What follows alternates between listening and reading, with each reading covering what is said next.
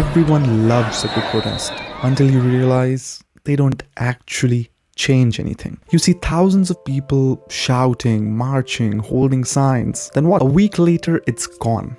And I'm being very generous when I say a week. Usually, it's not even a week. The noise fades, the hashtags die, and it's back to normal. So the big question is, do protests even work anymore? Or are we just screaming into the void for attention? Back in the day, protests actually meant something. They were the only way to be heard. I mean, think about India's independence movement, or the civil rights marches in the US, or the anti-apartheid protests.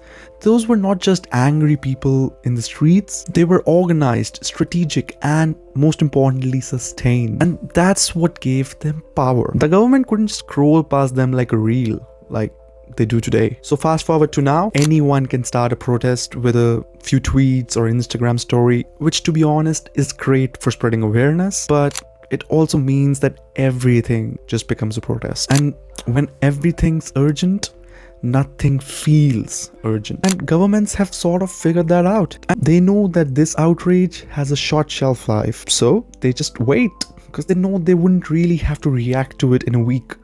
Nobody would care. There would be another protest taking all the headlines, and same cycle over again. And the sad reality is that the average protest dies faster than a trending meme. Kind of tells you all that you need to know about our society. And look, I have always been anti-protest, not because I don't care or anything, but because I'm scared of the consequences. I am an Indian guy living in Europe, and I've seen people get deported for various reasons, and I just don't want me joining a protest to be one of those reasons that I or someone else could get deported. My family has sacrificed too much for me to be here, and I just cannot risk it. If it was just my life we were talking about, I'd show up. But when my choices could hurt the people I love is where I draw the line. And yeah, I get that some people might call that privilege, but for me, it's not ignorance, it's survival. And that is actually what made me research all of this. Do protests really work, or are they a moral placebo to make us feel like we did something worthy? And it turns out protests actually can work,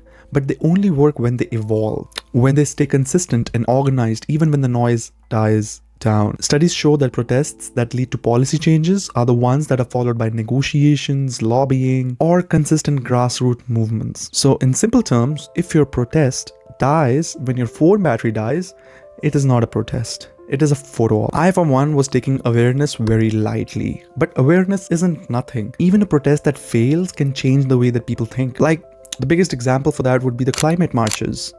It did not stop pollution overnight or anything, but they made sustainability a part of everyday life, and that's still impact. So yeah, maybe a protest doesn't need to change laws to be successful. Sometimes it just needs to change the conversation. Now we've got hashtag protests, viral movements, they reach millions instantly. But the problem, when protests become content, we confuse visibility with victory. You can trend for the day and still not move the needle an inch. Real change isn't viral. It is slow, boring, repetitive, and it takes persistence, not passion, because passion fades. There's one quote I love: revolution isn't one big moment. There are 1,000 small steps. Maybe protest is just one of those steps. Not the answer, but the spark. Yeah, probably I won't be joining one protest myself, but making this video made me realize that protests do work. Not because of the noise they make, but because of the movement they create after.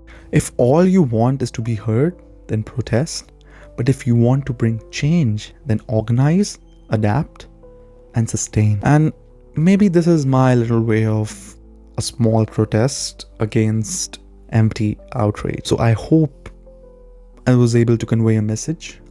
And if you agree or even disagree with it, let me know on the comments. I, for one, would always want an open conversation about anything I say. So let me know. See you in the next one.